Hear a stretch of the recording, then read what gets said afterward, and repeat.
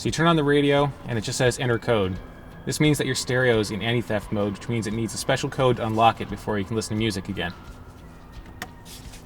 The first thing to do to unlock your radio is, with the key in the accessory position, hold 1, 6, and power. The screen comes on and it gives you the serial number for your stereo. Grab a piece of paper and write this down. You'll need it in a couple of minutes. Alright, so we take the serial number we wrote down, we go to our computer or our phone, and we go to radio-navicode.honda.com. We'll include a link in the description. Take your VIN, which you can find on the door jamb or on the windshield in the driver's side of your car.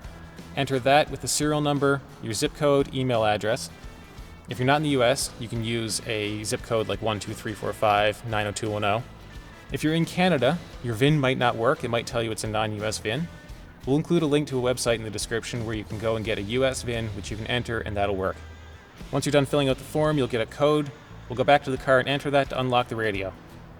Back in the car, turn on the stereo. It's asking for the code. We're going to take the first code that we got from the Honda website, which was 15366. There we go.